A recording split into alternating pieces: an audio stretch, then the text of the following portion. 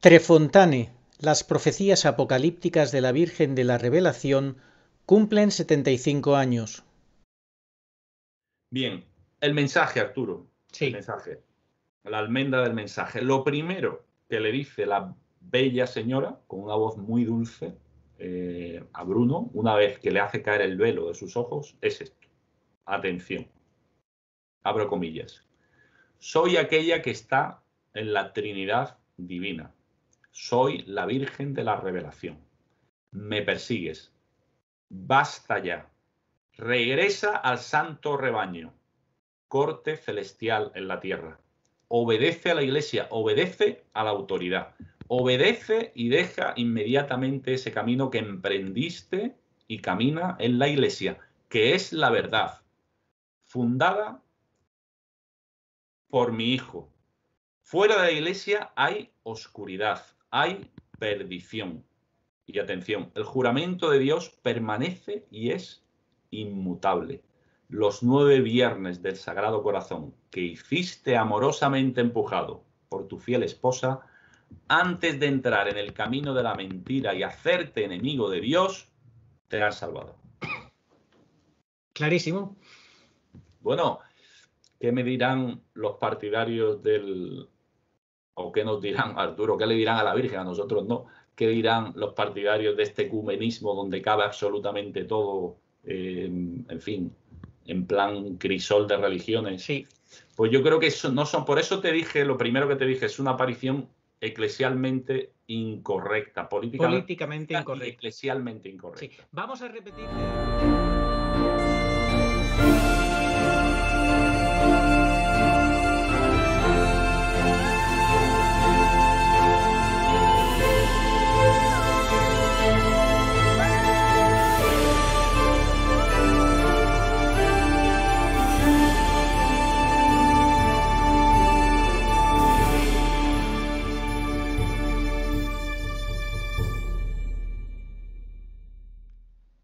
Muy buenas, saludos cordiales en Cristo y María.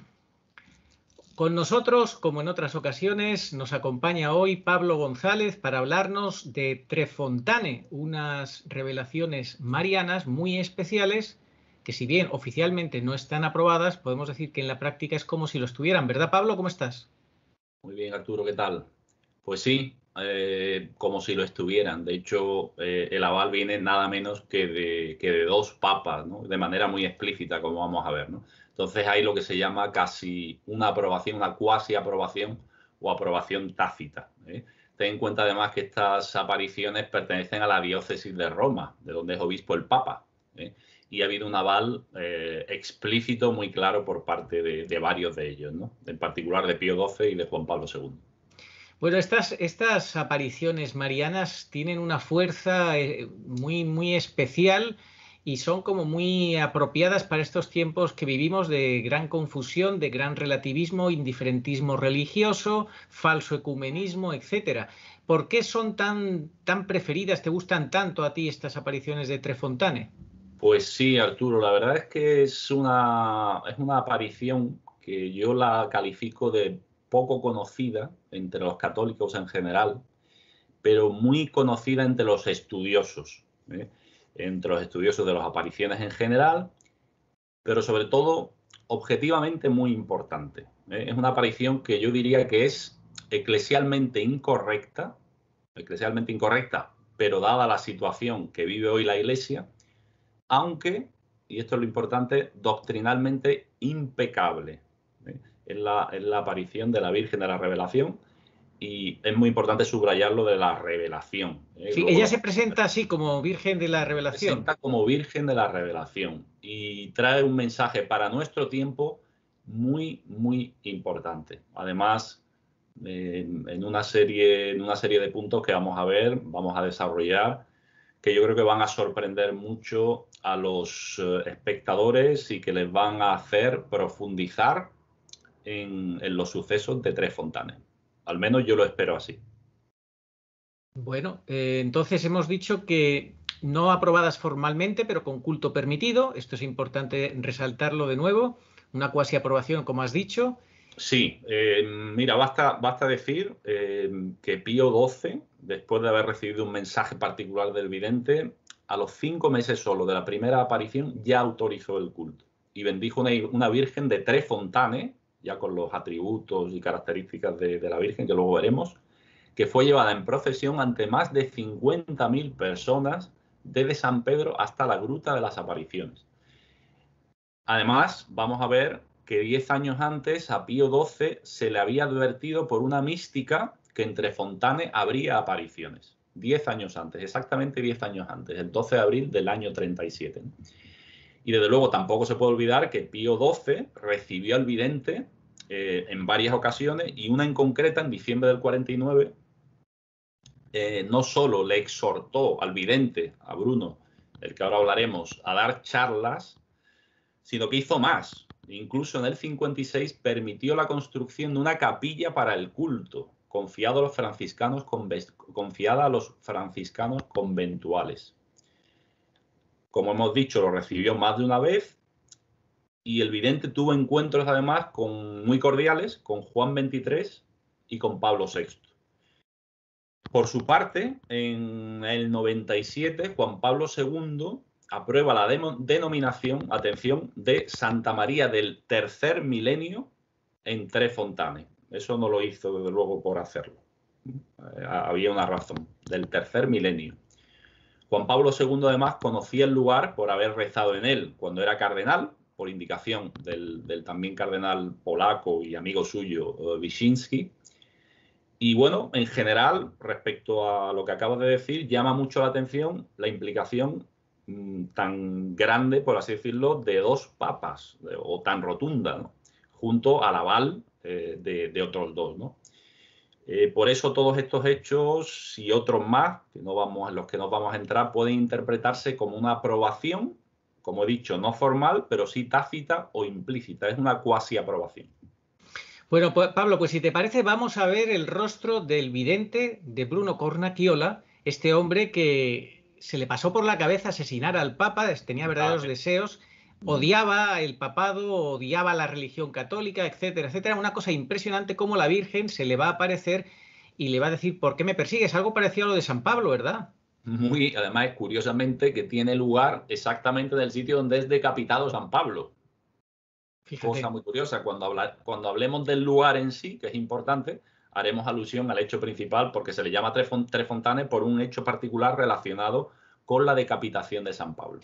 Bueno, pues vamos a ver al vidente, a escucharle en sus palabras, cómo él nos cuenta con tanta pasión, con tanto, bueno, no sé, de una forma casi que abruma. Se ve absoluta honestidad, sinceridad en sus palabras, en su testimonio. Vamos a ver un reportaje de solo 5 minutos de la televisión italiana, traducido al español, y después seguimos hablando.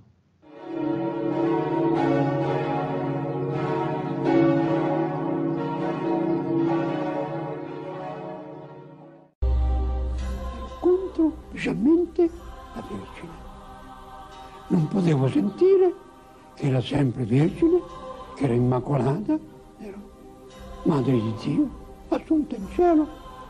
Cercavo di convincere gli altri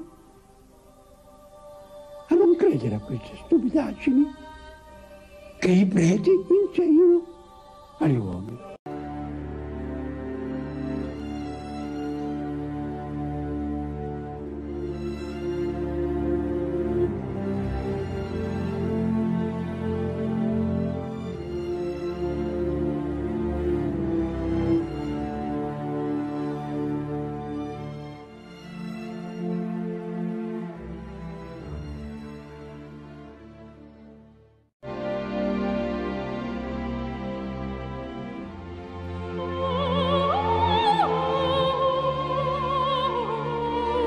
Il 12 aprile del 1947, qui nella Grotta delle Tre Fontane, alla periferia di Roma, la Madonna apparve con questa veste, con una Bibbia tra le mani, a Bruno Cornacchiola, un tranviere romano, avventista, che era qui con i suoi 3 figli per scrivere alcuni discorsi contro i dogmi mariani. La Vergine gli apparve e lo invitò a tornare, così disse, all'ovile santo.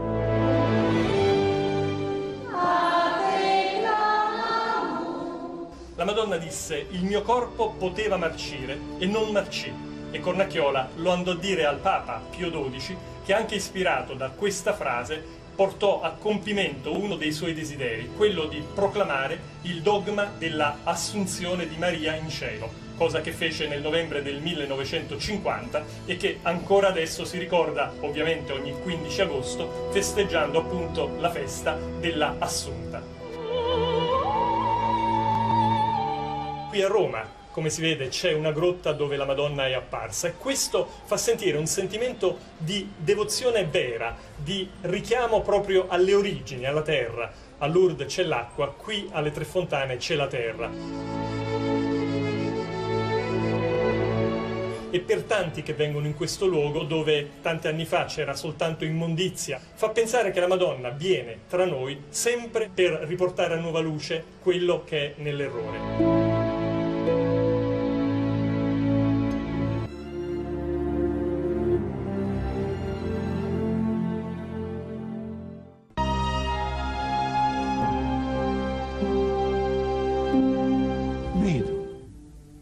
Dentro la grotta, due mani, solo due mani, che si avvicinano così, in questo modo, davanti ai miei occhi, mi toccano gli occhi così, quasi a sentire un dolore, però non vedo più niente. All'improvviso la grotta era sparita, tutta una gran luce, e proprio sopra a quel masso, cioè, scalza, con un abito bianchissimo, trasparente, lucido, luminoso, eccetera, con una fascia rosa, con due lembi fino all'altezza del ginocchio, con un manto verde sopra la testa fino ai piedi, con la Bibbia in mano. Lei incomincia a presentarci. Sono colei che sono. Sono la Vergine della Rivelazione. Io sono una Trinità divina. Tu mi perseguiti, ora basta. E comincia a parlarmi. Poi mi tira per terra un drappo nero con la croce che io gettai a quel tempo, che ero dentro al setto dell'immondizia. Me la fa vedere ai piedi suoi. Mi parla di quello che succederà, poi si saluta, inchinando il capo, si gira e va dentro la parete della grotta, dentro la parete. Ecco allora la Vergine Santissima della Rivelazione mi ha convertito.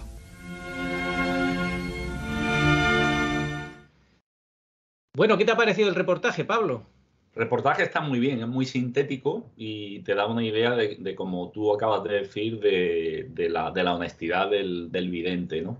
Tiene una vida auténticamente de película, entre comillas, con una conversión tumbativa que vamos a hablar, ¿no? Ahí en el vídeo no se cita, pero realmente pido a los espectadores que estén atentos porque es algo digno de ser contemplado incluso, ¿no? Lo que es la maravilla de la gracia de Dios y el efecto en un hombre que a fin y a la postre era honesto. Bueno, pues las apariciones de Tre Fontane habían sido, tú lo has dicho antes, anunciadas 10 años antes a una mística, la sierva de Dios Luigina Sinapi. ¿Qué más nos puedes decir, esto que nos querías antes explicar de lo de San Pablo? Sí, Tre Fontane era el lugar en el que, según la tradición, la cabeza de San Pablo, al ser decapitado, rebotó 3 veces en el suelo, haciendo brotar 3 fuentes. Además, históricamente se sabe que en ese mismo lugar, habían sido martirizados más de 10.000 soldados cristianos en la persecución de Diocleciano. Andando el tiempo, se había construido una abadía cisterciense que incluía dentro de su recinto pues una de las más antiguas capillas dedicadas a la Virgen. Parece ser, según los estudiosos, que la segunda del mundo después de la de Éfeso. Se recitaba diariamente, según la regla del Cister, junto con el oficio divino ordinario en esa abadía, el oficio de la Santísima Virgen. En los alrededores de la abadía, los únicos edificios que había eran un par de casas para colonos, una escuela gratuita, la Escuela Gratuita de San José, fundada por trapenses, y una tienda de bebidas donde se bebía o donde se vendía, perdón, un chocolate muy popular entre los romanos, ¿no? Era un sitio bastante bien comunicado, cerca de Roma, de la capital, rodeado de eucaliptos, una explanada, como una explanada de hierba verde, ¿no? También, sin embargo, era, y abro comillas porque son palabras de la Santísima Virgen, tierra de pecado, porque era utilizado por la noche para encuentros inmorales que habían alcanzado además proporciones muy escandalosas durante la guerra y en los años sucesivos. Era refugio de vagabundos también, y el mismo Bruno lo conocía bien por haber pernoctado alguna vez allí en su desordenada adolescencia, ¿no? Bien, como decía, Nuestra Señora había informado a la sierva de Dios, Luigina Sinapi, sobre las futuras apariciones de Tre Fontane 10 años antes, justo 10 años antes, ¿no? En el mismo lugar, el 12 de abril. Ella estaba en la gruta, lo que luego fue gruta de las apariciones, y bueno, pues tuvo una visión de la Virgen donde Nuestra Señora miraba hacia abajo, observó el lugar, la sierva de Dios, y en un rincón encontró restos de un feto. Intuyó que eran los de un aborto, arrojados a aquel lugar, y movida a misericordia, enterró aquellos pobres restos, ¿no? Fue cuando vio que la Santísima Virgen la estaba mirando con mucha ternura por su gesto de caridad. Y le habló anunciándole, y son palabras literales: volveré a este lugar para convertir a un hombre que hoy lucha sin cuartel contra la Iglesia de Cristo y quiere asesinar al Santo Padre. Fíjate. Más luego, claro no puede ser el anuncio de la Virgen. Volveré a este lugar para convertir a un hombre que hoy lucha sin cuartel contra la Iglesia de Cristo y quiere asesinar al Santo Padre, que lucha sin cuartel contra la Iglesia de Cristo y sin embargo estaba en una secta cristiana. Justamente, de eso vamos a hablar, va a ser lo primero que le diga a la Virgen, ya lo anunciamos, ¿no? Luego, cuando le dice esto a la sierva de Dios, le ordena: ve ahora a San Pedro, encontrarás a una religiosa que te hará conocer a su hermano, que es un cardenal. Tendrás que decirle al cardenal que pronto será el nuevo papa. Esta profecía se cumplió, pues ese cardenal era Eugenio Pacelli, que a los 2 años ascendió al trono pontificio con el nombre de Pío XII. Bueno, pues ahora háblanos un poco de Bruno Cornacchiola, el vidente. El vidente por antonomasia de estas apariciones. Bien. Resumidamente, Bruno Cornacchiola nace en Roma en el año 1913, en el seno de una familia, como se dice hoy, desestructurada. Padre alcohólico, una madre que por su trabajo no se podía ocupar de los hijos. Él, de hecho, a los 14 años abandona la casa y vive como un vagabundo. Se casa en 1936 con Yolanda Logatto y tienen 4 hijos, 3 de ellos antes de su conversión. Muy joven, y al poco de casarse se alistó en las unidades de voluntarios fascistas italianos que combatieron al lado de Franco, aunque su intención oculta era colaborar como quinta columnista con el bando rojo. En España conoció a un alemán protestante que le inculcó un odio febril contra el Papa y contra la Iglesia, tanto que en 1938 en Toledo, estando en Toledo, compra un puñal en cuya hoja graba "muerte al Papa". Una pregunta.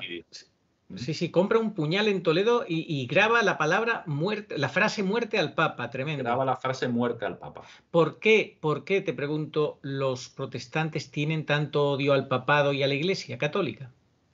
Bueno, pues, a ver, de un árbol malo, que es el de Lutero, no pueden salir más que frutos malos. Si tú lees lo que dice Lutero del Papa, de la época, y fíjate, bueno, es cierto que había mucha corrupción y tal, pero bueno, él se dedicó, entre otras cosas, a proferir insultos absolutamente demoníacos contra la figura del Papa y contra el papado en general.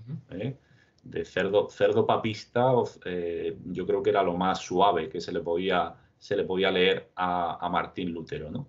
Entonces, bueno, de ahí, de ese árbol, pues lógicamente, sí. ¿Qué van a hacer?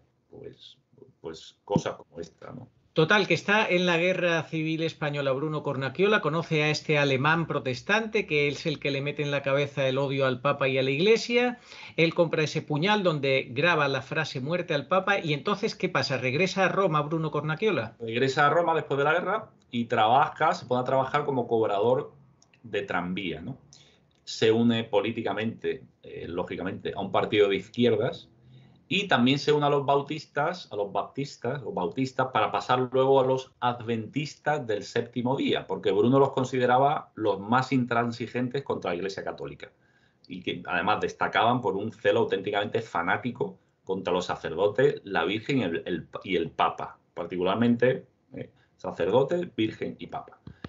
De hecho, él, como director, se lo tomó tan en serio que como director de la Juventud Misionera Adventista del Lacio, comenzó un intenso proselitismo, especialmente entre sus colegas de la empresa de transporte, tan intenso que en 2 años los miembros de la comunidad adventista de Roma aumentaron de 15 a 150, convertidos todos por Bruno Cornacchiola. Menos de un mes antes de la aparición, de hecho, Bruno tuvo un debate con un franciscano, profesor de Sagrada Escritura, Bonaventura Mariani, que es el que nos ha dejado el testimonio de lo que fue aquella conversación, debate, ¿no? Bruno le gritaba: ustedes han inventado tantas estúpidas idolatrías y han interpretado la Biblia a su antojo. Con el paso de los años, Mariani recordaba estas palabras y él recordaba también que había una serie de mujeres que estaban en la reunión que le dijeron a Bruno: tú no estás en paz, se te ve en tu mirada. Y él les decía: yo soy feliz desde que abandoné la Iglesia Católica. Pero las mujeres insistían: pídele a la Virgen y ella te salvará. Y le mostraban el rosario. Sí, es que, Pablo, al final siempre decimos lo mismo, pero es que es conveniente recordarlo. La Virgen es la piedra de toque, es la clave al final, siempre. Totalmente. La Virgen y la Eucaristía, pero es que Sí. es así, ¿eh? Es la gran piedra de toque, sin duda. Sí. Sí. Bien. Las mujeres que estaban en ese debate no se dejaron convencer fácilmente. La que tampoco se dejaba convencer fácilmente era Yolanda, su mujer. De hecho, el mismo Cornacchiola cuenta, y abro comillas: cuando Yolanda me oyó decir al volver de España que era necesario dejar la Iglesia Católica, ella exclamó: ¿pero cómo? Si has vuelto porque he rezado mucho con la niña delante del cuadro de la Virgen de Pompeya. Mi respuesta fue: romper, quemar el cuadro, los rosarios, recuerdos de la primera comunión, una cruz que estaba sobre nuestro lecho también la rompió. O también la rompí, porque estoy con palabras literales de Bruno, ¿no? Esa cruz luego va a aparecer en la aparición, por eso es importante tenerlo en cuenta. Una cruz que estaba sobre el lecho la rompió. En mi insistencia, una vez le partí a Yolanda el labio de un puñetazo. Otra le di infinidad de bofetadas. Todos los días, dice él, la maltrataba y golpeaba. Pero un día no pudo más y cedió. Aunque me hizo prometer, ojo, que antes de abjurar del catolicismo, comulgaría con ella los 9 primeros meses de mes. Fíjate. Importante esto que acabamos de leer, que testimonia Bruno.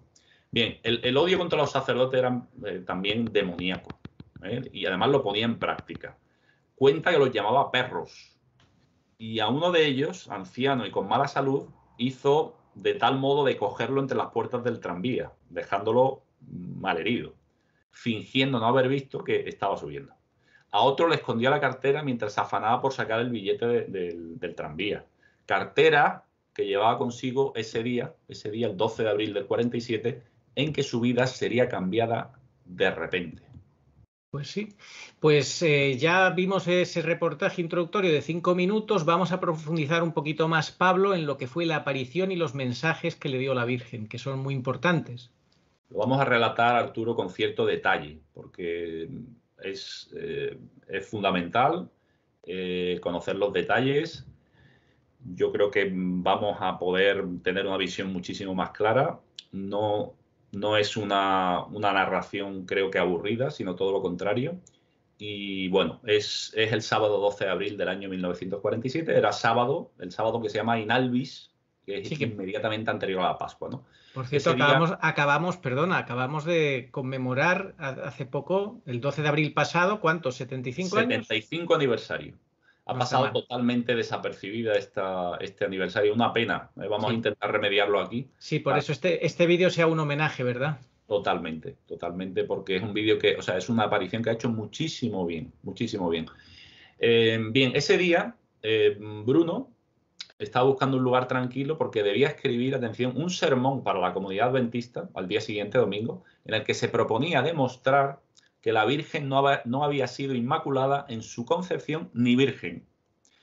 Sale de casa con sus 3 hijos, Isola, de 11 años, Carlo, de 7, y Gianfranco, de 4. Llegan a los alrededores de la gruta de Tre Fontane y mientras los niños juegan, Bruno se dedica a escribir bajo un eucalipto preparando el sermón.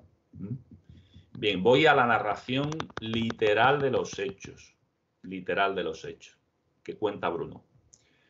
Son las 3:30 de la tarde.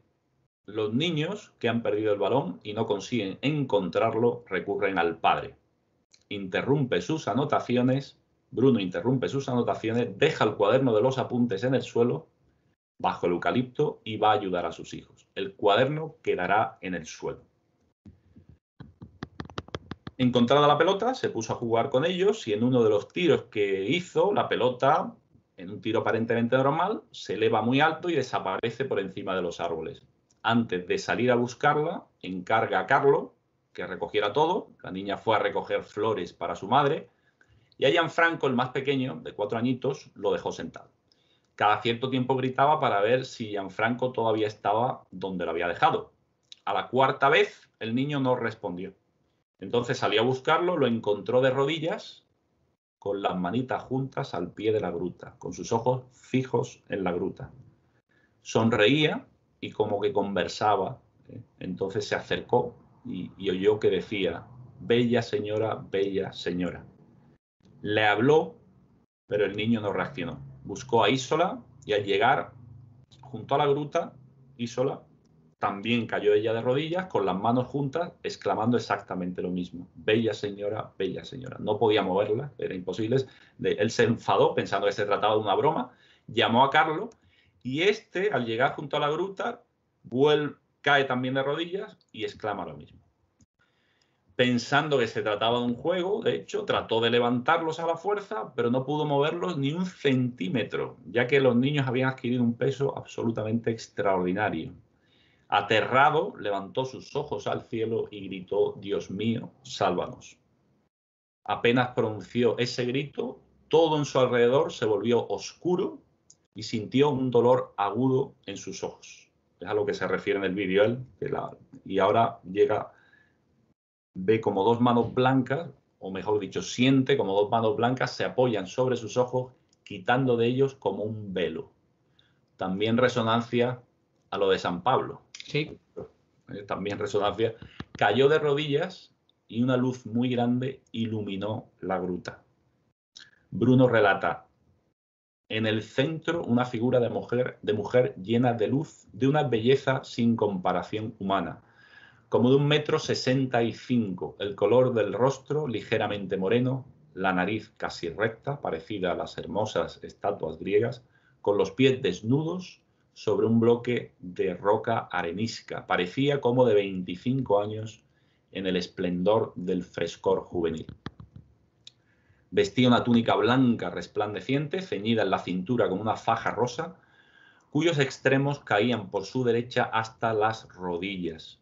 Los cabellos negros, ligeramente recogidos por un manto verde esmeralda que le llegaba como la túnica hasta los pies descalzos. Con la mano derecha sostenía sobre el pecho un pequeño libro de pasta color grisáceo, o ceniza, dicen otras traducciones. Extendió el brazo izquierdo, señalando hacia abajo, cerca de sus pies. Vi en el suelo, dice Bruno ya, una sotana negra desgarrada. Encima de ella, los pedazos de la cruz que había roto. Volvió a apoyar la mano izquierda sobre el libro. Sonrió maravillosamente como una madre dolorida y al mismo tiempo benévola que quiere traer al buen camino al hijo culpable. Bueno, hasta ahí el relato de Bruno, ¿no? hasta ahí el relato de Bruno, pero luego ahora empieza el mensaje. Dice, con una voz tan dulce que no tiene igual en este mundo, la Virgen le da un mensaje a Bruno. Duró 1 hora y 20 minutos. Es un mensaje, Arturo, de enorme importancia que fue transcrito por Bruno al llegar a su casa, escuchándolo mentalmente como si tuviera una cinta grabada en la cabeza. Es una expresión literal de él, ¿no? Mensaje que completa en otras fechas, en febrero del 48 y en los días de la Asunción de la Virgen de los años 49 y 58. Justo después de estar todo transcrito, lo entregó al Papa Pío XII. Y desde aquel momento pasó a formar parte de los archivos vaticanos, hasta que el escritor y periodista Saverio Gaeta los ha traído a la luz. Saverio Gaeta, perdona, ¿ha publicado Saverio Gaeta todos los mensajes, absolutamente todos? Sí, sí, porque ahora vamos a ver que ese mensaje fue completado en el año 60, aunque lo esencial, el núcleo del 47, prácticamente pues lo decía la mayor parte de las cosas que Nuestra Señora quería que supiésemos. Y sí, se ha publicado en un librito que está en italiano, se ha traducido al español, y que se llama Las Tres Fuentes, ¿vale? Que lo enseño aquí. Un poco céntralo en la imagen, por favor. Ahí. Se ha publicado entero. La traducción, en mi opinión, con todo mi respeto, es un poco defectuosa, ¿eh? Hay que tener cuidado. Yo no sé mucho italiano, pero algo sé y lo he cotejado, y hay cosas, en fin, que no son, creo, demasiado correctas desde el punto de vista semántico incluso, ¿no? Pero bueno, en lo esencial, evidentemente, está perfectamente, ¿no? Bueno, entonces vamos a ver los mensajes. ¿Qué pasó también? Que Bruno parece que por un momento tuvo como una falla en la memoria, ¿no? Con respecto a los mensajes. Dice que él le entregó esos cuadernos a Pío XII y dejó de acordarse. Pero de repente, el 2 de febrero, el día de la Candelaria de 1960, escucha la voz de la Virgen que le dice: es hora que recuerdes el mensaje para hacer una meditación continua. ¿Vale? Medita y ora. ¿Vale? Bien. Es importante tener en cuenta lo que hemos dicho a propósito también de las apariciones de Garabandal, ¿no? No podemos absolutizar una aparición, porque las apariciones forman como un entretejido, un puzzle. Sí. Y tenemos que relacionar las cosas, ¿no? Tenemos que relacionar las cosas porque la Virgen nos habla lo mismo, pero puede darnos enfoques diferentes o énfasis diferentes en función de la época en la que, o el momento histórico que estamos viviendo, ¿no? Entonces, fíjate, en este entretejido de las apariciones podemos vislumbrar, fíjate que es en el año 60. ¿Qué ocurre en el 60, Arturo? En el 60 no se publica el tercer secreto de Fátima como se tenía que haber publicado. Y la Virgen quería que se publicase y Lucía lo había dicho. Por las razones que sean, no vamos a entrar ahora en esas disquisiciones. Sabemos que no se publicó. No se publicó. Entonces, podemos pensar, creo que legítimamente, y de hecho Bruno dice algo al respecto, que la reescritura del mensaje del 47 en el 60 debe atribuirse a una voluntad superior para evitar que el mensaje permanezca indefinidamente enterrado en la oscuridad de la congregación. Sí. Sabemos, no obstante, que en el 2000 Juan Pablo II decidió dar a conocer el texto del tercer secreto, pero también sabemos que hay mucha polémica al respecto, de que ese tercer secreto no ha sido revelado en su integridad. Así y hay motivos muy fundados por parte de, en fin, de gente que entiende mucho del asunto y que ha estudiado a fondo todo esto, de que efectivamente fue así. Bueno, el propio Benedicto XVI lo dijo en el 2010, que Fátima no estaba concluido. No estaba concluido, efectivamente. Entonces, importante, ¿no? Ese nexo ya que establecemos entre Fátima y Tres Fontanes. Sí. Además, que es un nexo que se pone particularmente de manifiesto en el 13 de mayo del 91, el 10º aniversario del atentado contra Juan Pablo II, cuando el Santo Padre fue a Fátima para dar las gracias a Nuestra Señora por su protección. Fíjate lo que hace el Papa Juan Pablo II. Se va a Fátima a dar las gracias a Nuestra Señora por su protección, pero le encarga al cardenal Descours de su confianza, creo que era eslovaco o checo, con quien mantenía una estrecha amistad desde los tiempos del seminario, o polaco, ahora que pienso seminario, pues debía ser polaco, que estuviera estudiando allí en Polonia, en fin. La cuestión es que era de su máxima confianza. Él le pide al cardenal Descours que fuese a la Virgen de la Revelación en Trefontane y hiciese a la vez la misma celebración que se desarrollaría en Cova de Iria, en Portugal. Impresionante, impresionante. La expectativa era grande en aquellos momentos porque en esos momentos se pensaba que finalmente fuese desvelado el tercer secreto, pero no fue así. Cornacchiola, el vidente, muy probablemente anticipándose a la revelación del secreto que se hizo en el 2000 de aquella manera, como sabemos, comentó en su diario que para completar el mensaje de Sor Lucía deberá leerse el suyo de 12 de abril de 1947. Y además, Arturo, ya te avanzo y bueno, lo hemos hablado, que lo que sabemos, porque lo han leído miembros de la Iglesia muy fiables del tercer secreto de Fátima, tiene que ver con lo que voy a decir acerca del mensaje de Trefontane.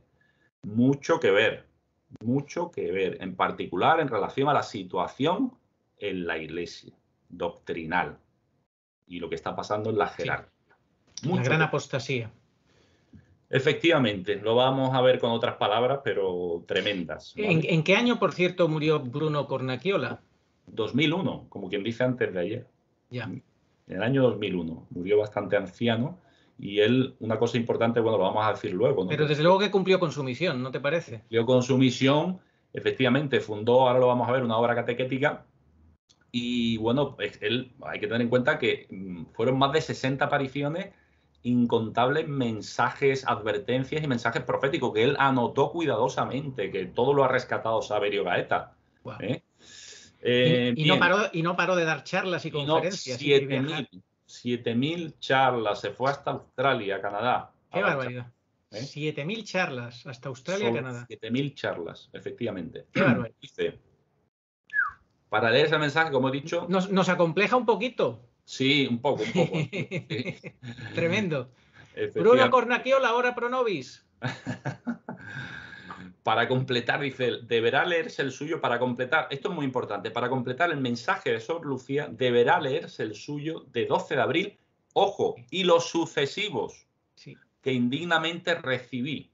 Y él terminaba escribiendo, él estaba convencidísimo. Grande es la responsabilidad de ver y recibir edictos del cielo para un mundo que morirá.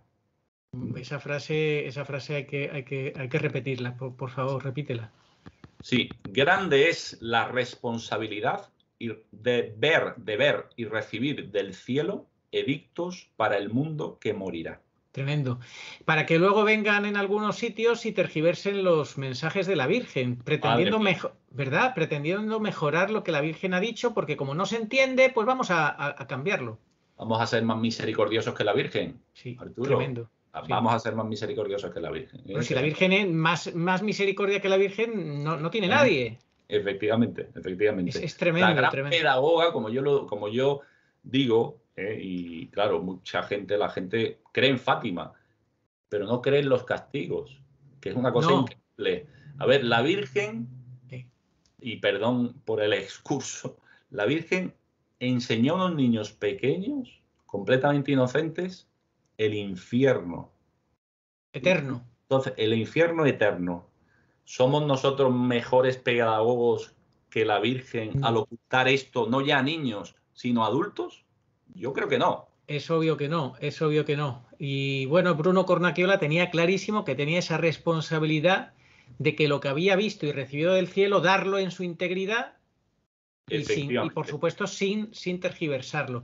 Esto lo estoy recordando por el episodio que padecimos, que gracias a Dios rectificaron a tiempo con los mensajes de la Virgen en Umbe, en España, en Bilbao, cerca de Bilbao. Pero gracias a Dios los que tergiversaron los mensajes los devolvieron a su pureza original. Esperemos que eso no vuelva a pasar nunca más. Bueno, pues entonces, ¿qué nos puede seguir contando? ¿Qué pasa con el mensaje que Bruno debió de reescribir? Bueno, vamos a sintetizar. El mensaje es muy largo. Ten en cuenta que en su versión del 47, lo que Bruno escribe cuando lo tenía grabado en su cabeza y lo escribe como si tuviera una cinta magnetofónica, dura 1 hora y 20, es decir, es largo. Entonces vamos a desmenuzarlo, vamos a sacar lo más importante. Quedan cosas en el tintero. Yo remito a los interesados a que hagan sus propias investigaciones, libros de Saverio Gaeta, en fin. Y yo he utilizado varias fuentes, pero el libro de Saverio Gaeta es lo último, ¿no? Y está todo ahí recogido, ¿no? Entonces, como he dicho, fueron alrededor de 60 las apariciones que la Virgen concedió a Bruno desde el 47 hasta su muerte, hasta el 2001, junto con incontables sueños proféticos. Y ojo al tema de los sueños proféticos, porque va a ser uno de los factores que yo pongo como, digamos, que confirman la veracidad de las apariciones, ¿vale? De los varios factores que, digamos, manejo, ese es evidente, ¿no? Porque además es que lo ponía por escrito, ¿no? Los sueños proféticos.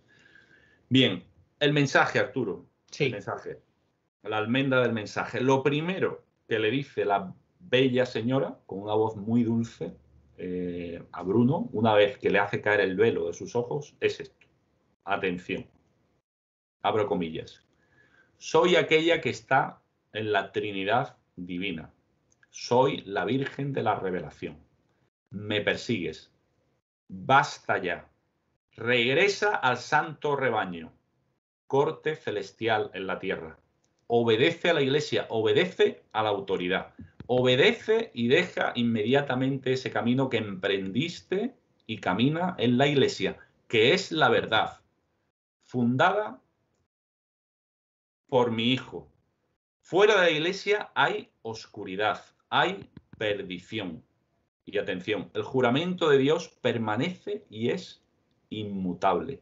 Los 9 viernes del Sagrado Corazón que hiciste amorosamente empujado por tu fiel esposa, antes de entrar en el camino de la mentira y hacerte enemigo de Dios, te han salvado. Clarísimo. Bueno, ¿qué me dirán los partidarios del...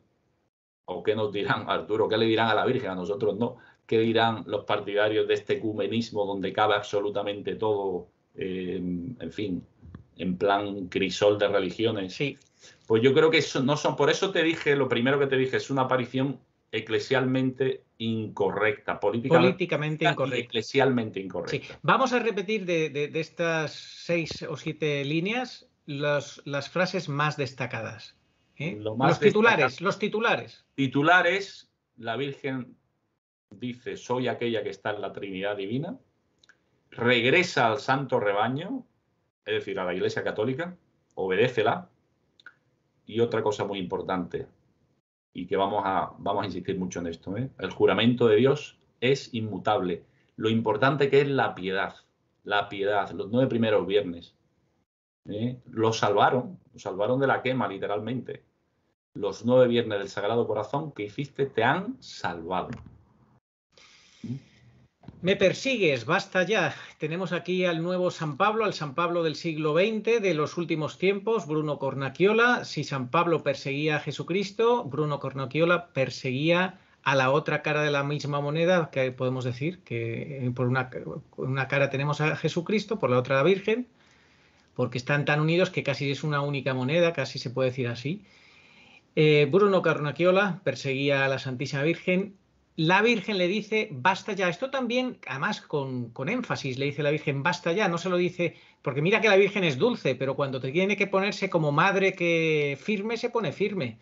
Efectivamente. Esto para los buenistas también es un poco de llamada de atención, ¿no? Yo dudo mucho que, de verdad te lo digo, y lo digo con muchísima pena, ¿no? Que no me extraña que tal como está cierto sector de la Iglesia, pues estas apariciones no hayan sido celebradas en su 75 aniversario. No, seguro.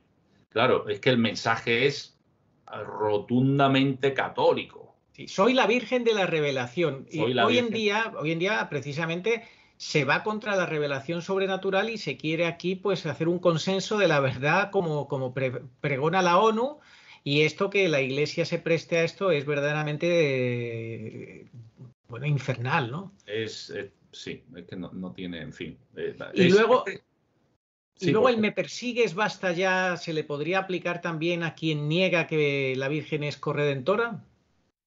Pues es para pensarlo, desde luego. Yo creo que sí, ¿no? Es para pensar. Una persona que dice María no es corredentora, no es que que lo afirma, no es corredentora, entonces es como para decirle, basta ya, deja de perseguirme. Bueno, pues en fin, lo que está claro es que lo que dice es de una profundidad teológica tremenda. Es decir, soy aquella que está en la Trinidad divina, nada menos. Nada más y nada menos. Hablando pero bueno, al mismo tiempo dice, claro, es que es esposa del Espíritu Santo. Es decir, que es que la afinidad que hay con la Trinidad es... Bueno, luego me contarás algo más que me ha dejado muy sorprendido sobre este tema del Espíritu Santo y la Virgen y... ¿Sabes a lo que me refiero? Luego más tarde, si quieres, me lo explicas. Sí, muy potente también, ¿no? Pero es pura teología y además proveniente de un santo, como es San Maximiliano Kolbe, lo hemos hablado antes y luego si quieres lo comentamos, ¿no? Bien, entonces lo que está claro es que la Virgen se nos muestra como partidaria del auténtico ecumenismo. Que no es otro que volver al rebaño de la verdadera Iglesia. El ecumenismo en la verdad con mayúsculas, que está en la Iglesia católica. Ella lo dice muy claro. Hay un santo rebaño, la Iglesia católica, fundada por Cristo, y fuera lo que hay es perdición. La Virgen es que es muy clara, es que no puede ser más clara. Por eso la aparición entre Fontane a un apóstata y propagandista de los errores protestantes va sobre todo dirigida a la vuelta de los hermanos separados. Qué importante sería promover esta aparición entre los hermanos separados, ¿no? A nuestra madre le debe doler muchísimo su desviación, que les priva de las gracias de los sacramentos, de las enseñanzas del magisterio y del ejemplo de intercesión de los santos. Claro. Entonces, recuerda, Bruno, lo que no admiten los protestantes y cismáticos, que la Iglesia es corte celestial en la tierra, redil santo. Eso nos recuerda, Arturo, lo de un solo rebaño y un solo pastor. Un solo rebaño y un solo pastor. Y ya está. Que ella no es una mujer piadosa más. No es solo madre y discípula. Es la que está en la Trinidad divina. Es una expresión, como hemos dicho, de enorme profundidad teológica. Hija de Dios Padre, madre de Dios Hijo, esposa de Dios Espíritu Santo. Por ello, reina de cielos y de tierra, mediadora entre Cristo Dios y nosotros. Quinto dogma. Efectivamente. Y el título que adopta, Virgen de la Revelación, reivindica contra los protestantes sus privilegios virginales, que están en la revelación. Sagrada Escritura y tradición. La revelación no es solo la Sagrada Escritura, como dicen los protestantes. No. Además, de una manera absolutamente incoherente, porque la Sagrada Escritura procede de la tradición. Claro. Y en ningún sitio de la Sagrada Escritura de la Biblia dice que solamente la Biblia, solo Escritura, ¿no? Efectivamente, en ningún sitio. Al revés. Pues te cuento brevemente una anécdota de una señora que ya murió, que en paz descanse, la tía Rosita le llamábamos, porque era como si fuera de mi familia, y ella nos contó una virgencita, una imagen que tenía de una virgencita, de una inmaculada, que le tenía muchísimo cariño, mucha devoción, y fíjate lo que es la historia. Su madre estaba en una reunión social y estaba con protestantes, y los protestantes empezaron a meterse con la Inmaculada Concepción, con la Virgen y tal, y entonces ella pues se sintió obviamente muy incómoda y se salió de la casa, se fue, y camino de su casa vio que había como una tómbola, y entonces compró un boleto y le tocó la Virgen, la Inmaculada.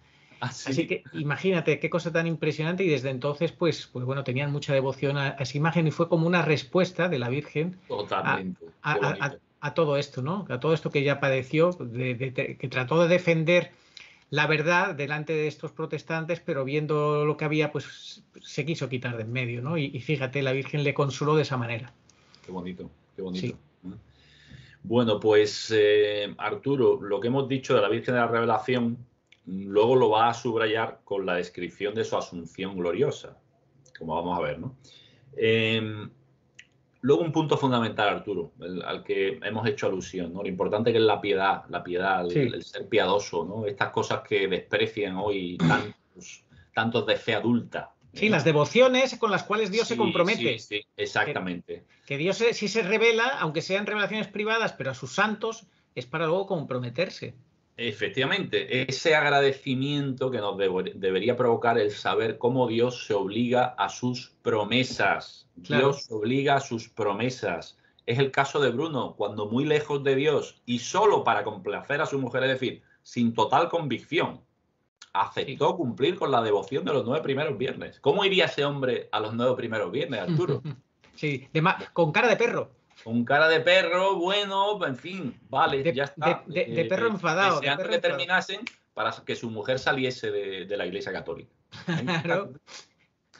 Esos 9 primeros viernes que, en fin, yo lo veo tan importante en el contexto de esta revelación que ahora vamos a repetir la promesa para que aquellos de nuestros espectadores que no lo han hecho, que se esfuercen y lo hagan.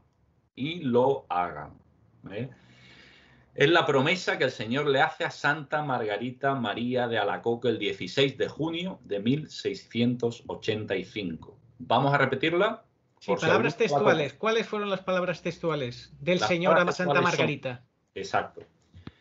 Yo te prometo, en la excesiva misericordia de mi corazón, que su amor omnipotente concederá a todos aquellos que comulguen 9 primeros viernes de mes seguidos la gracia de la penitencia final. No morirán en mi desgracia ni sin recibir sus sacramentos, y mi corazón será su refugio en aquel último momento. Es que te está prometiendo la salvación eterna. Total. Para no hacerlo, para no esforzarse a hacerlo. Sí. Ánimo a aquellos que nos estén viendo. Sí. Mucho ánimo a hacerlo. Bien, abundando en ese falso ecumenismo, porque evidentemente implícitamente te está diciendo que el ecumenismo no es reunir a toda la... De hecho, ahora lo va... Específicamente, Bruno se va a referir en sus cuadernos a eso, ¿no? La Virgen le dice a Bruno el 1 de enero del 85. Otra afirmación eclesialmente incorrecta. Otra advertencia de la Virgen contra el falso ecumenismo. Atención. Totalmente. Exacto. Abro comillas. La Iglesia fue fundada para salvar en la fe actuante y obediente. Ámenla y vívanla con amor. Quien está fuera y odia no se salva. Quien está dentro y ama recibe ayuda para la salvación. La Iglesia es y sigue siendo el camino de la salvación. O se acepta como es o no se acepta. No se puede hacer con la Iglesia otra iglesia. Que se lo hagan ver estos que están con la palabra que se le llena la boca, con el diálogo, como si quisieran hacer otra iglesia, o ya la están haciendo, obviamente, ya están haciendo otra iglesia diferente. Efectivamente. Bien, hay muchas revelaciones, en ese mismo sentido, hay muchas revelaciones que le hace la Virgen a Bruno. Yo voy a insistir porque para mí es muy importante, porque aunque he entresacado muchas cosas del mensaje en relación a esto, ¿no? Del falso ecumenismo y del verdadero ecumenismo, porque creo que es muy importante. Fíjate lo que le dice en el 13 de marzo de 2000, pocos meses antes de que Bruno muriera, y que él anota. La salvación, abro comillas, no es unir a todas las religiones para hacer un montón de herejías y errores, sino convertirnos a la unidad del amor y de la fe. La doctrina de la Iglesia es de Cristo. Repito, la doctrina de la Iglesia es de Cristo, el Verbo, mi Hijo, y yo soy la madre de la Iglesia. Los hombres deben vivir según la Iglesia y no la Iglesia vivir según ellos. Hombre. No cambien la doctrina, pero cambien sus corazones para vivir esa doctrina para vuestra salvación y la de vuestro prójimo. Amén. Que Dios nos lo conceda. Que Dios nos lo conceda. Sí, que Dios nos lo conceda. Creo, lo voy a repetir si me lo permites. Por favor. La salvación no es unir a todas las religiones para hacer un montón de herejías y errores, sino convertirnos a la unidad del amor y de la fe. Bueno, es que esto es actualísimo, fundamentalísimo recordarlo, porque desde las más altas esferas están promoviendo todo lo contrario. Arturo, es el núcleo, es una aparición. Fíjate, en Garabandal hemos hablado de la importancia de la Eucaristía, ¿no? Yo creo que aquí, si hubiera que digamos, extraer la esencia de todo el mensaje luego hablaremos de eso, lo sistematizaremos, pero es sobre todo mantenernos en la sana doctrina. En la doctrina de siempre. Esa es la esencia del mensaje. Sin duda, sin duda. Tú fíjate ahora que están con la casa abrahámica, que quieren unir a las 3 religiones monoteístas en una cosa falsa.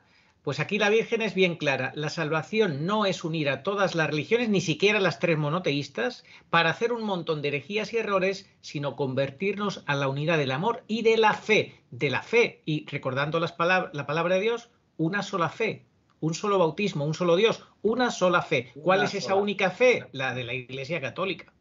Arturo, vamos a hacer una placa con estas palabras y la vamos a mandar a la casa abrahámica para que lo pongan allí a la entrada. Sí, desde luego. Desde luego, yo creo que estas 4 líneas, que voy a terminar, ya que he leído la primera frase, voy a terminar. La doctrina de la Iglesia es de Cristo, que es el gran marginado hoy en día. Cuando en Abu Dhabi se marginó totalmente a Cristo en ese documento que se firmó. El Verbo, mi hijo, y yo soy la madre de la Iglesia. Los hombres deben vivir según la Iglesia y no la Iglesia vivir según ellos. Qué importante es el concepto de iglesia, Pablo, de verdadera iglesia, porque claro, cuando la iglesia es infiltrada y dominada por una falsa iglesia, puede arrastrar a toda la iglesia al error y al engaño. Claro, por eso desgraciadamente se ha infiltrado mucho el concepto luterano de iglesia espiritual, no iglesia visible, que es la que funda Cristo, basada en 12 pilares, los 12 apóstoles, ¿no? Sobre evidentemente el cimiento de él, ¿no? De su palabra, ¿no? Del Señor. En fin, Bruno desde luego va a tomar nota de todo esto, va a tomar nota y se va a pasar el resto de su vida defendiendo a la Eucaristía, a la Inmaculada y al Papa. Va a fundar una obra catequética, se llama el Sacri, dando más de 7.000 conferencias, como hemos dicho, y viajando, como hemos dicho antes, entre otros países a Canadá y Australia. Bruno decía que, atención, el catolicismo no es una religión, sino la doctrina de salvación de Jesucristo. Claro. Nos van a apedrear, Arturo, claro. Algunos como salgamos, porque esto es, si todas las religiones dicen que llevan a la salvación, ¿por qué vino Jesús si existieron tantas religiones y si después de tantos siglos existen? Emplea la lógica más elemental. Es que es obvio, y además es que su sacrificio en la cruz sería absurdo, ¿no? Claro, efectivamente. Hace vana esa mentalidad hace vana la redención, la encarnación y la redención. Ya, en fin. Bruno además hace una pregunta retórica sobre el ecumenismo malentendido. Atención. Dice él, si incluso los protestantes se salvan, ¿por qué la Virgen ha venido a llamarme y me ha dicho que regrese al redil santo? Claro. Cuando ella podría haberme dejado donde yo estaba, con los adventistas. Claro, deja de perseguirme, porque... Efectivamente. O sea, si estaba fuera, le estaba persiguiendo a la Virgen, le estaba haciendo daño. Claro, además él le tenía especial inquina. Fíjate que estaba escribiendo un sermón cuando tiene lugar la aparición, un sermón contra la Virgen. Sí, está clarísimo que cuando personas como este que era adventista, pues tienen estas experiencias, pues descubren la verdad, o tantos otros como por ejemplo que era pastor protestante, varios pastores protestantes que se han convertido a la fe de la Iglesia. Pues, Godham, por ejemplo. De los más recientes, un erudito bíblico de los más importantes que hay hoy, norteamericano, y tantísimos otros. Por esto a ellos les rechina tanto y enseguida se dan cuenta de todas las barbaridades que se están promoviendo actualmente desde lo más alto, ¿verdad? Efectivamente. Bueno, ahora el tema de la Asunción. ¿Qué nos tienes que contar del tema de la Asunción? Muy interesante, Arturo, porque es además muy digno de ser comentado, porque Nuestra Señora le revela a Bruno al principio de su mensaje, le dice, mi cuerpo no se corrompió ni pudo corromperse. Mi hijo y los ángeles me vinieron a tomar en el momento de mi tránsito. Con estas palabras, María se presentaba como asunta en el cielo, en cuerpo y alma. Mientras que en Lourdes, fíjate la analogía, la aparición de Nuestra Señora Bernadette en la gruta de Massabielle confirmó el dogma de la Inmaculada Concepción, promulgado 4 años antes por Pío IX. En Trefontanes, en la gruta de Trefontanes, en 1947, por medio de Bruno Cornacchiola, Nuestra Señora anticipa el dogma de su asunción al cielo, promulgado por Pío XII en 1950. Y al respecto, te tengo que decir, Arturo, que dicen, y yo creo con bastante fundamento, que Pío XII, el gran impulso a promulgar ese dogma es el mensaje que recibe de Bruno. Recuerda que se lo escribió y se lo dio. Se lo entregó en mano. Sí. Bien, eso lo dice el padre Urrutia, el benemérito padre Urrutia, creo que es siervo de Dios, lo comenta en la bibliografía suya sobre Trefontane que he manejado, ¿no? Bien, ahora vamos a empezar un tema ahora importante, porque hemos hablado, digamos, del aspecto doctrinal esencial del mensaje de Trefontane, pero este mensaje se sitúa de manera clara y evidente en la perspectiva del fin de los tiempos. Por eso es tan actual, entre otras cosas. Es actual por todo, pero por esto mucho. Con todos los elementos que acompañan, ¿no?, este tema, ¿no? Tú sabes que estos elementos tienen que ver, en lo que se refiere al fin de los tiempos, con una crisis agudísima de la Iglesia en el área doctrinal, de persecuciones incluso físicas de los fieles, por el Islam sobre todo, al que también se hace referencia en el mensaje, y a Rusia. De eso no vamos a poder hablar mucho, pero también se menciona. Otro elemento, digamos, que forma parte del concepto de fin de los tiempos es el desbordamiento aparentemente incontenible del pecado. También lo estamos viendo. Las catástrofes naturales. No sé si te enteraste, perdona, no sé si te enteraste de la última, ¿no? Que los obispos en Italia invitaron a unos cantantes así... homoeróticos, sí. Sí, homoeróticos, sí. En la plaza de San Pedro, sí. Sí, sí. Es que me da tanto dolor, de verdad, ver ese tipo de cosas que prefiero no profundizar. Para promover eso a los jóvenes. Prefiero no profundizar, ¿sabes? Promover eso a los jóvenes. Bueno, esto viene por lo que tú estás diciendo, el desbordamiento aparentemente incontenible del pecado. Claro, si quien tiene que contener el pecado no lo contiene, sino que lo promueve, ya me dirás. Es como si los policías, en vez de dedicarse a cuidar de que no haya robos, ni que haya delincuencia, ni que haya nada, lo promueven y lo animan. Pues ya me dirás, entonces, incontenible. Efectivamente. Las guerras de aniquilación, también como elemento característico de esta etapa de fin de los tiempos. De hecho, hay una referencia a Rusia, como te he dicho, como en Fátima, en el mensaje de Trefontane, ¿no?, que dice: antes de que Rusia se convierta y deje el camino del ateísmo, se desatará una tremenda y grave persecución, muy en la línea de Fátima, ¿no? Luego, otro elemento de fin de los tiempos es la apostasía en los puestos más altos de la jerarquía, con la consiguiente existencia de una falsa iglesia. Sí, esto está... Evidentemente es correlativo a la apostasía masiva de los fieles. Claro. Lógicamente. Y luego, por supuesto, el despliegue del misterio de iniquidad profetizado por San Pablo. También. Esto todo lo vamos a ver ahora en diversas frases del mensaje que he ido extrayendo y que van a ser muy chocantes, pero entiendo también muy ilustrativas de lo que estamos hablando, ¿no? Bien, entonces, siguiendo con el desarrollo de la primera aparición, en un momento dado, tras las primeras palabras, la Virgen mueve su brazo izquierdo y apunta su dedo índice hacia abajo, señalando algo a sus pies. Bruno sigue el gesto con la mirada y ve en el suelo una tela negra, una sotana de sacerdote, y sobre ella una cruz destrozada que era la que él rompió. Dice Nuestra Señora, abro comillas: esta es la señal de que la Iglesia sufrirá, será perseguida, despedazada. Esta es la señal de que mis hijos se desvestirán de sus hábitos religiosos. Qué fuerte, ¿eh? En el año 47, ¿eh? Tú sé fuerte en la fe. Sí. Bruno es invitado a orar mucho y a hacer rezar. Orad mucho, le dice la Virgen a Bruno. Recitad el rosario diario por la conversión de los pecadores, los incrédulos y por la unidad de los cristianos. Y les revela el valor del Ave María que se repite en el rosario.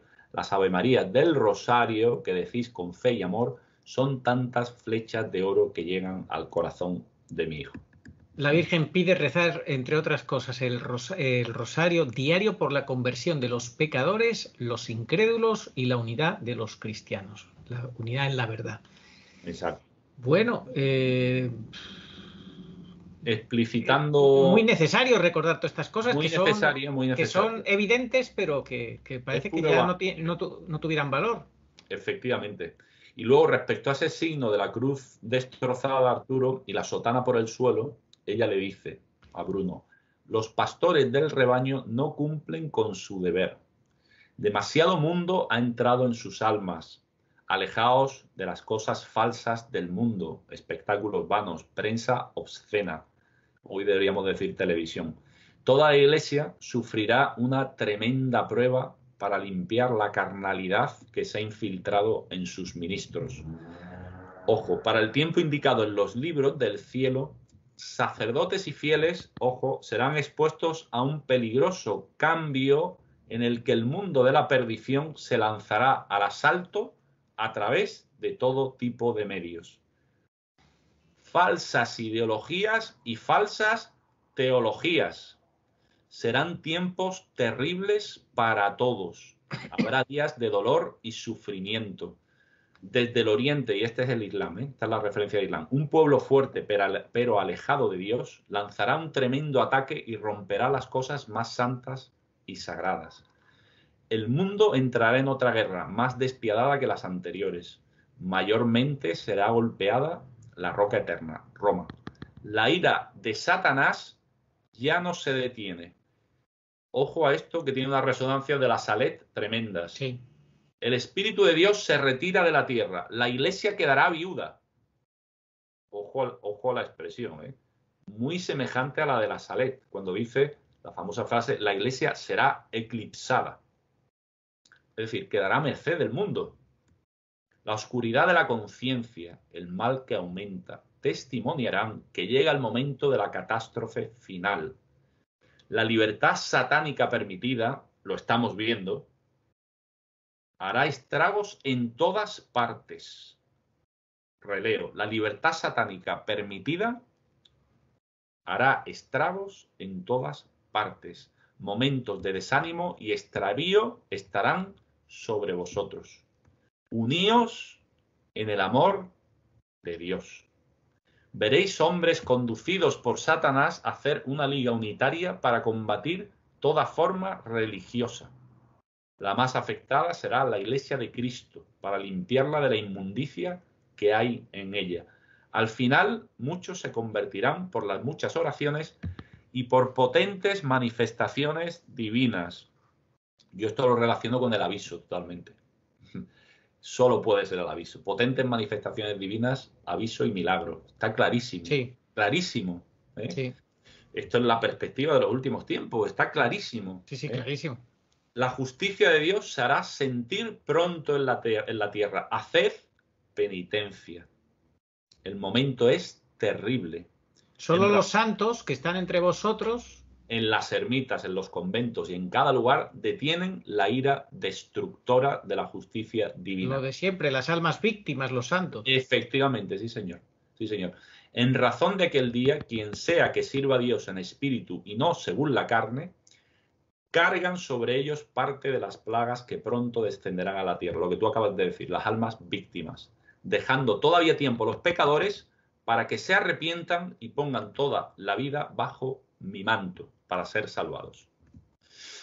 Ya el 15 de agosto del 58, el día de la Asunción, donde Bruno recibe, digamos, un complemento, agregación al mensaje del 47, él dice: habrá un fortísimo terremoto que sacudirá todo el globo terrestre. Probablemente tiene que ver esto también, Arturo, yo por lo menos, y que Dios me perdone, creo que tiene que ver con el aviso también, por el reflejo que va a tener, digamos, catastrófico en lo que es la superficie terrestre, ¿no? Sí, porque las niñas de Garabandal pensaban que era un castigo el aviso. Efectivamente, efectivamente. Dice: os advierto maternalmente, ojo al dato, no vayáis por ahí, no vayáis a dormir si estáis en pecado mortal, sino que confesaos y arrepentíos de haberlo cometido y no lo hagáis más. No pequéis, hijitos míos, no pequéis, porque en un instante seréis llamados a juicio. Y el juicio de Dios es infalible. Luego dice la Virgen: el sol se oscurecerá y las estrellas caerán. Y aclara: No se trata solo de una realidad material, hay una parte interpretativa y espiritual, y será el sol de los soberbios y las estrellas del orgullo los que caigan. Fuera de la Iglesia católica, apostólica y romana no hay salvación. Amar a todos no significa mantener una actitud sentimental. El buenismo. Y atención a lo que dice respecto a las prendas sacerdotales o los hábitos religiosos. Dice, no os es una frase dirigida a los religiosos y a los sacerdotes. No os despojéis del hábito. El vestido evoca, es una señal del cielo. Además dice, esto además es objeto de varias advertencias de la Virgen, como esta del 82, que costará a Cornacchiola mucho pesar. Dice la Virgen, sin signos sacerdotales externos, no solo viven en la duda de la fe, sino atraen a otros a abandonar la fe. Se han emborrachado del mundo y de la falsa modernidad. En correlación todo esto con las profecías de la Salet y de Fátima y con los sueños proféticos de Don Bosco, también hay una interrelación. El 21 de enero del 75, Bruno Cornacchiola escribe, abro comillas, es un periodo en el que no hago más que soñar con el Papa que huye. No es Pablo VI, sino otro. Lo ayudo y el mundo degenera. Sangre, muchos sacerdotes y monjas en la plaza de San Pedro quedan descuartizados. Mucho que ver con el mensaje que se reveló, la parte del mensaje esto, ¿eh? Y en otro mensaje del 82 habla de sangre sobre el vestido blanco del Papa y en otro del 86 de un Papa muerto violentamente. Todo absolutamente relacionado con Fátima antes de que se revelara el tercer secreto, o parte del tercer secreto. Una de las visiones más conmovedoras es la de 28 de abril del 86. Cornacchiola se encuentra en la plaza de San Pedro y Nuestra Señora le dice, aunque se dé una orden que piensas que está mal, estás obligado a obedecer, a menos que toque la fe, la moral y la caridad. Entonces, no. Un aviso navegantes para los que se hagan llevar por la falsa obediencia. Efectivamente. Y atención a lo que dice el 21 de septiembre del 88, Arturo. Esto, ojo. Dice, que no se realice nunca, dice Bruno, lo que he soñado. Es un sueño profético. Es demasiado doloroso y espero que el Señor no permitirá que el Papa niegue cualquier verdad de fe y se ponga en lugar de Dios. Cuánto dolor sentía, mis piernas estaban paralizadas y no podían moverse por el dolor que experimentaba al ver la iglesia reducida a un montón de ruinas. Bueno, para mí esto se está cumpliendo, pero con un falso papa como es Bergoglio. Claro, el Señor lo permite con un falso papa que se ponga en el lugar de Dios, que se está poniendo en el lugar de Dios. Esa es mi lectura. El sueño profético luego es claro. Hay un falso papa que se está poniendo en el lugar de Dios. Es claro, o sea, muy claro. Él lo ve y él dice, ojalá. O sea, él tenía tanto amor a la figura del papado, del papa, claro, que es que se quedó paralizado el pobre, de dolor. Claro. Pero al final eso vio que la iglesia quedaba reducida a un montón de ruinas. Claro. Efectivamente, claro. Y pero fíjate lo que dice en otro mensaje del 31 de diciembre del 90, María, en otro mensaje, en otra advertencia profética que le hace María a Bruno. Los falsos profetas que buscan por todos los medios envenenar a las almas, ojo, cambian la doctrina de Jesús en doctrinas satánicas. Así es. El falso amor. ¿No? Es que te puedes amar a todo el mundo y, en fin, te gusta un chico, te gusta una chica, no importa. Esto ya lo vemos en muchas parroquias en Estados Unidos, por ejemplo. Sí. Yo lo veo en Church Militant. Es que es así. Y quitarán, ojo también, terrible. Cambian la doctrina, perdona, repetimos. Cambian la doctrina de Jesús en doctrinas satánicas. Satánicas. ¿Qué más? Satánicas. Y quitarán el continuo sacrificio de la cruz que se repite en los altares del mundo. Las expresiones de la Virgen son muy duras. Estos envenenadores quitarán los medios de salvación y ya han penetrado la luz de la Iglesia, que es divina. Aunque no pueden prevalecer y el infierno con todo su poder no puede contra la Iglesia de mi Hijo. Claro. Y el que viva en ella, evidentemente en la sana doctrina, será salvo. Así es. Esto es fundamental, ¿eh? La Virgen aquí no se anda con paños calientes, no titubea, es firme, Nada, es clara. muy claro. Envenenadores que quitarán los medios de salvación, a eso se refiere obviamente a los sacramentos, entiendo yo, Sí, sí, sí, totalmente, vamos, de que aunque es... no pueden prevalecer, lo que decimos siempre, claro que el infierno no puede prevalecer sobre la Iglesia, pero sí sobre el Vaticano, pero sobre la Iglesia no, Y lo que se puede llevar por delante, Arturo, lo que claro. se puede llevar por delante, por no ser fiel a la doctrina recibida, que puede parecer una chorrada, pero aquí tienes que nos la jugamos. ¿Eh? Y fíjate qué dura es la visión del 24 de febrero del 68. Le dice, Satanás, esto a poco de acabar, a 3 años de acabar el Concilio Vaticano II, ya se empezaba aquello a, en fin, a podrir, o a pudrir, mejor dicho. Satanás reina ahora en todos los lugares altos. Satanás vendrá a puestos de cabeza de la Iglesia. Las tentaciones son terribles. El mundo vivirá en tal confusión que los elegidos quedarán expuestos a la duda. Los elegidos quedarán expuestos a la duda, repito, vivirá en tal confusión, es que es una frase, Es que más actual no puede ser. es imposible que tenga más actualidad, imposible. Que los Lo que elegidos quedarán expuestos a la duda. en tal confusión, el mundo vivirá en tal confusión, y se está refiriendo a la confusión doctrinal, que los elegidos quedarán expuestos a la duda. Lo que se necesita, ojo a esto, Arturo, y en ese sentido te debes sentir muy reforzado, porque dice, lo que se necesita es el apostolado individual, no un apostolado colectivizado, dice la Virgen. Tenemos que trabajar en el apostolado entre las almas individuales, los que saben y pueden hacer sin necesidad de ningún tipo de autorización previa, tienen que trabajar. Claro. Hay que responder a lo que el Señor pone en el corazón, es que está clarísimo. Y además es que están los tiempos para hacer mucho apostolado individual y Sí. mucha labor personal, como decía el filósofo Julián Marías, por mí que no quede, por mí que no quede, por mí que no quede. Yo puedo hacer uno, pues hago uno. Sí, tú fíjate esa frase, el mundo vivirá en tal confusión que los elegidos quedarán expuestos a la duda. Y ahora escuchamos que Bergoglio es un gran promotor de la duda, porque eso de las certezas, él odia las certezas. Él siempre que se habla, las certezas, dice igual a rigidez. Sí. es que es absurdo. Es bueno. Respecto a la confusión existente el 1 de enero de 1988, Bruno Cornacchiola recibe una revelación que abre las puertas del futuro. ¿Qué es eso? Explícame Mira, eso. dice la Santísima Virgen. Sodoma y Gomorra no se arrepintieron, no hicieron penitencia y la justicia cayó sobre ellas. Lo que se llama paz, atención, lo que se llama paz no es más que el engaño, porque falta la conversión, falta la oración, falta la penitencia. Ojo a esta frase, ¿eh? Lo que se llama paz, ahora que estamos todos con la paz, vueltas y revueltas con la paz, pues bien, es engaño, porque falta la conversión, la oración y la penitencia.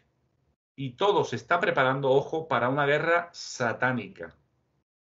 Os anuncio que si no se convierten, si no os convertís, hierro y fuego caerán sobre vosotros. Volvemos a las advertencias de Akita, de San Totalmente, Pedro. Totalmente. Fuego y hierro y fuego caerán sobre vosotros si no se convierten. Todo se está preparando para una guerra satánica. Bueno, yo creo que ya la humanidad está viviendo ya una guerra satánica. Sí. Ya es evidente. Sí. Donde se trata de conquistar la mente, la conciencia, donde se trata de esclavizar, donde ya se quiere llegar a esa cuarta revolución industrial, que no vamos a hablar de ella para evitar problemas, pero que todo el mundo sabe de qué se trata, de convertir al ser humano en medio robot. En fin, que es una guerra satánica para conquistar al ser humano y alejarlo de Dios. Y como dice aquí la Virgen, desde luego este mensaje que recibe el vidente, esta revelación del 88, 1 en el 88, respecto a esta confusión, es tremenda, ¿eh? Sodoma y Gomorra no se arrepintieron, no hicieron penitencia y la justicia cayó sobre ellas. Lo que se llama paz no es más que el engaño, porque falta conversión, oración y penitencia. Todo se está preparando para una guerra satánica. Y luego, en relación a esto, evidentemente pone el foco en nuestros pastores. Y dice, el 14 de agosto del 99, dice Bruno, la Virgen me muestra religiosas, sacerdotes, obispos y cardenales. Y me dice, son sordos y tardos. Ven señales que son una llamada, pero no reflexionan. Bueno, esto me recuerda, esto está en línea totalmente con Umbe, porque en Umbe la Virgen también advierte, baja, ahí, Sí. ahí. La Virgen también advierte en Umbe que nada, que no contemos con los sacerdotes y con los clérigos, sino que porque no escuchan lo que dice ahí, no escuchan, no quieren, no tienen voluntad, no sé. Garabandal ya nos lo dice formalmente, en la parte más triste y más desoladora del segundo mensaje. Muchos cardenales, obispos y sacerdotes van por el camino de la perdición, nada menos, ¿eh?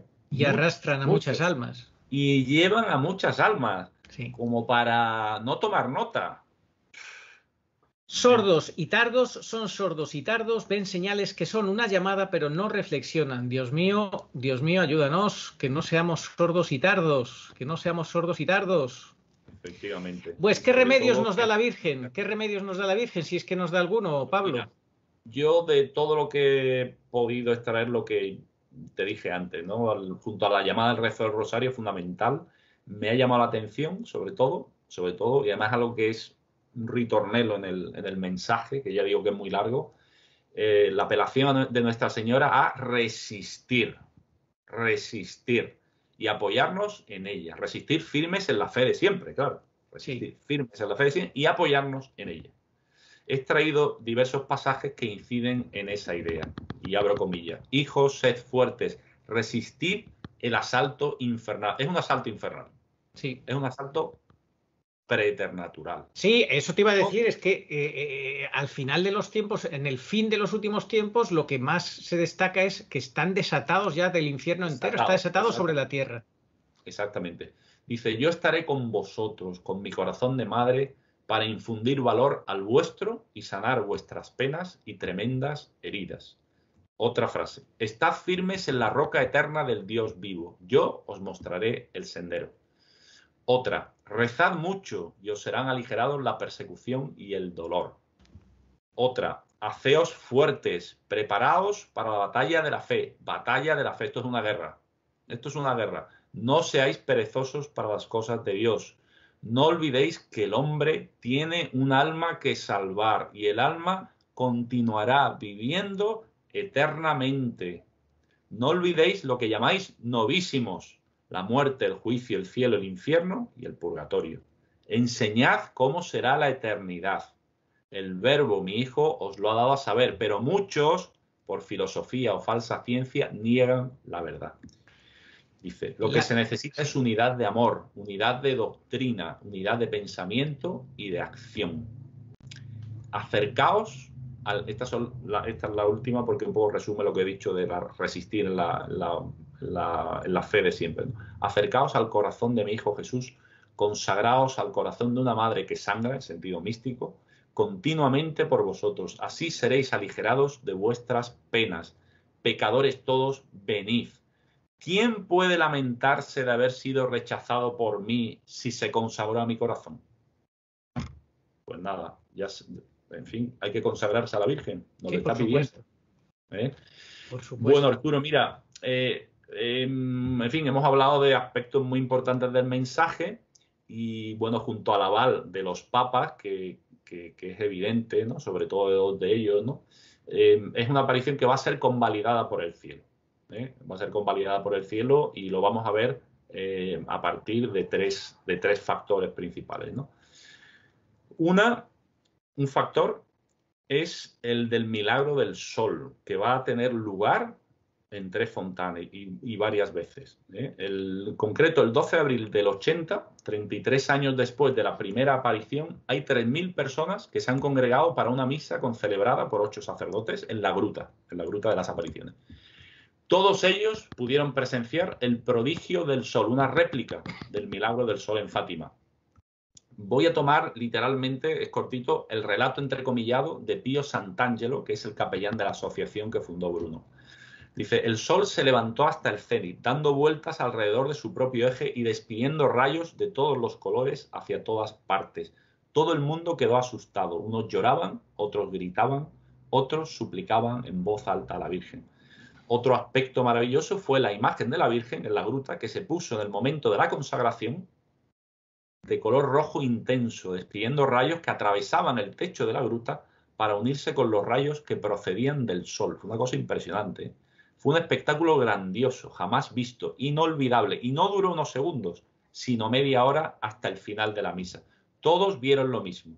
En el disco del sol, cuya vista no hacía daño a los ojos, empezaron a formarse símbolos bien definidos. Primero una M mayúscula de María, que después fue transformándose en un corazón, y a continuación en una hostia grande. Qué bonito, ¿eh? Primero la M, luego un corazón y luego la hostia. El fenómeno se repitió incluso en los años siguientes, coincidiendo con los aniversarios de las apariciones. Ese es el primer aspecto, el del milagro del sol, que tiene lugar delante de miles de personas en varias ocasiones. Otro aspecto... Y además en aquellos años no existían las tecnologías que tienen ahora para poder engañar a la gente. Efectivamente. Otro aspecto son las curaciones y milagros. En el mensaje de la Virgen, Nuestra Señora había hecho una promesa bellísima. Dice, con esta tierra de pecado haré milagros poderosos para la conversión de los incrédulos. Convertiré a los más obstinados, obrando prodigios con esta tierra de pecado. Venid con fe y seréis sanados en cuerpo y alma. Vuelve otra vez a incidir en la necesidad de la conversión de los incrédulos. Exactamente. Y hubo de hecho muchísimas curaciones registradas, conversiones de masones. Vamos, sí. Conversiones de masones. Vamos, que da igual creer que no creer, ¿no, Pablo?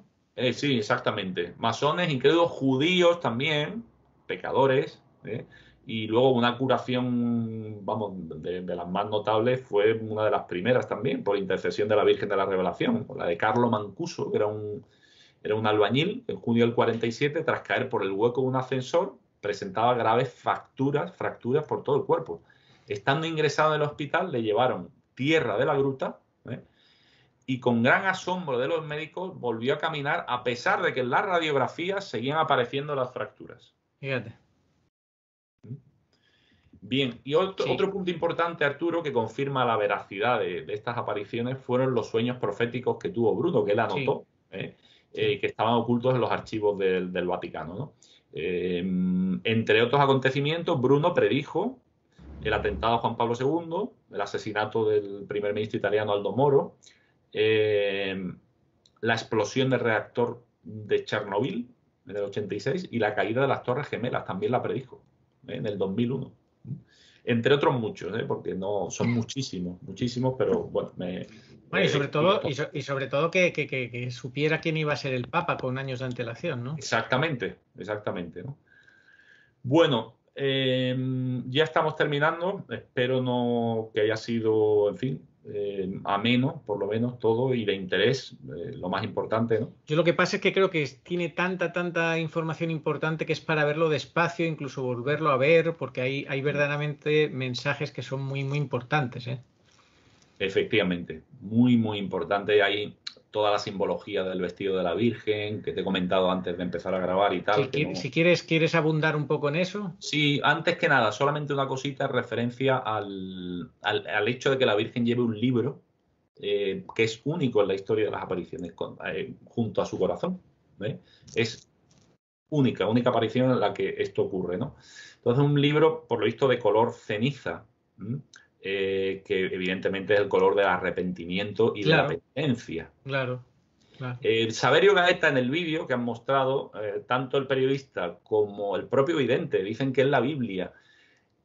No he encontrado nada, seguro, es decir, los más cualificados dicen que es la Biblia, pero no he encontrado en ningún sitio que la Virgen, esta es la Biblia. No lo he encontrado. Y por eso hay un autor católico inglés que tiene un libro muy bueno sobre apariciones, que identifica ese libro, y de manera a mí me parece bastante sugerente, con el libro de la vida que se recoge del que se habla en el libro de Daniel, de la Biblia, y en el Apocalipsis.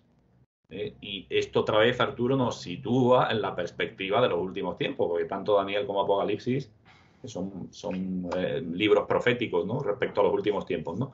El libro de la vida se refiere al libro en donde se anota toda nuestra vida, ¿no? Donde están recogidas todas nuestras acciones que serán juzgadas por Dios. Pues de alguna forma también vuelve a conexionar con los novísimos, ¿no?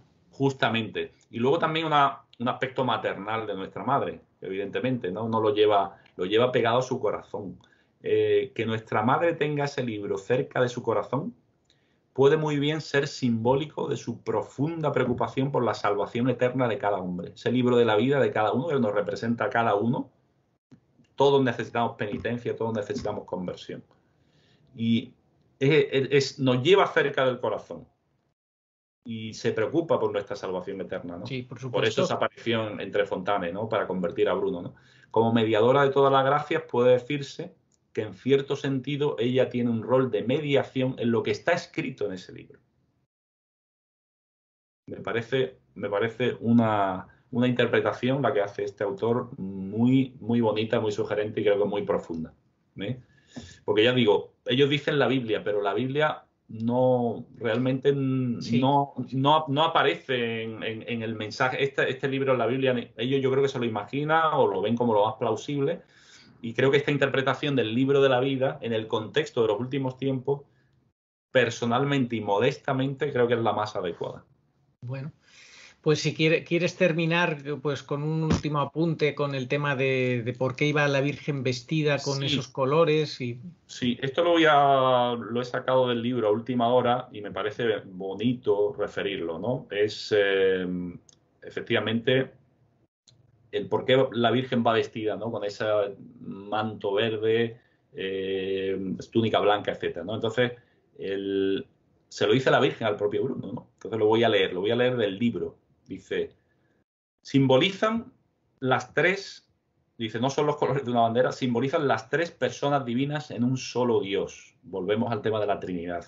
Verde es el Padre Creador que con bondad nos dio vida y lo que la vida necesita para continuar. Blanco es el Hijo que nos devuelve la vida que perdimos en el Edén a través de su muerte y nos dio gracia mediante el bautismo.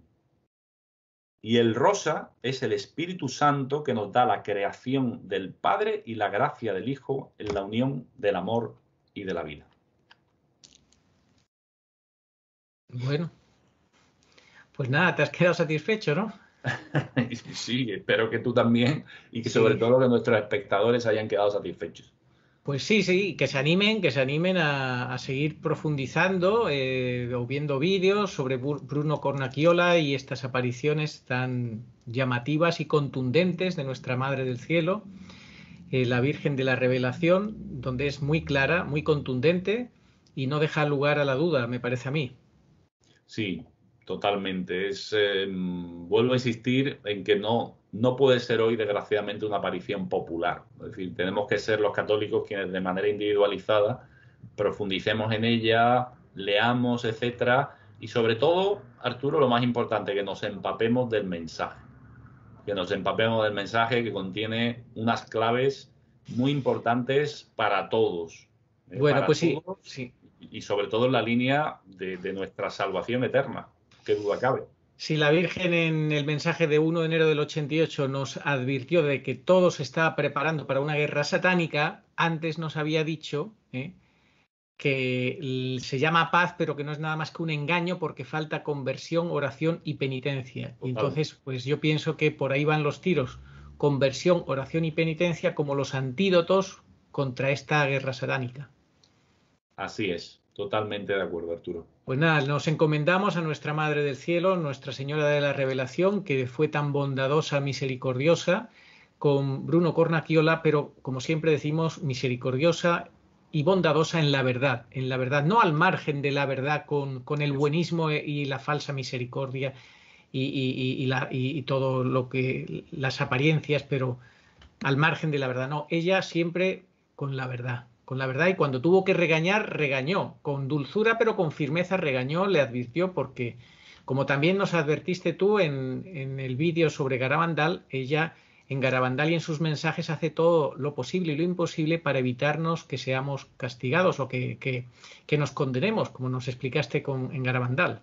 Así es. Es un mensaje con sus características propias, pero que es evidente e incide en esa urdimbre de apariciones donde realmente los núcleos son muy claros, ¿no? Y eso que tú acabas de decir, es decir, nuestra madre quiere nuestra salvación eterna, quiere vernos en el cielo, ve que nos desviamos, ve dónde están las desviaciones, ve que esas desviaciones son muy graves, que arrastran a muchas almas, y viene para decirnos dónde están los remedios. Y ya está. Pues nada, ojalá que no caigamos en las advertencias que le hizo a los religiosos, religiosas, sacerdotes, de que se quejaba de que eran sordos y tardos para escuchar y para reaccionar.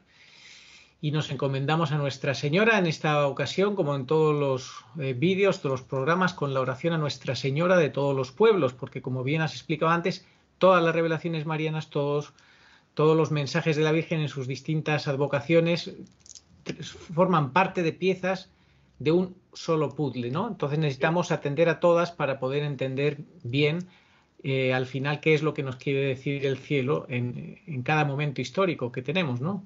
Así es, Arturo, así es. Pues terminamos con la oración a Nuestra Señora de todos los pueblos. Señor Jesucristo, Hijo del Padre, manda ahora tu Espíritu sobre la tierra. Haz que el Espíritu Santo habite en el corazón de todos los pueblos, para que sean preservados de la corrupción, de las calamidades y de la guerra. Que la Señora de todos los pueblos, que un día era María, sea nuestra abogada. Amén. Oh María, sin pecado concebida, ruega por nos que recurrimos a vos. Muchas gracias, Pablo, y hasta la próxima. Que Dios te bendiga mucho. Dios te bendiga, Arturo. Muchas gracias a ti. Un abrazo.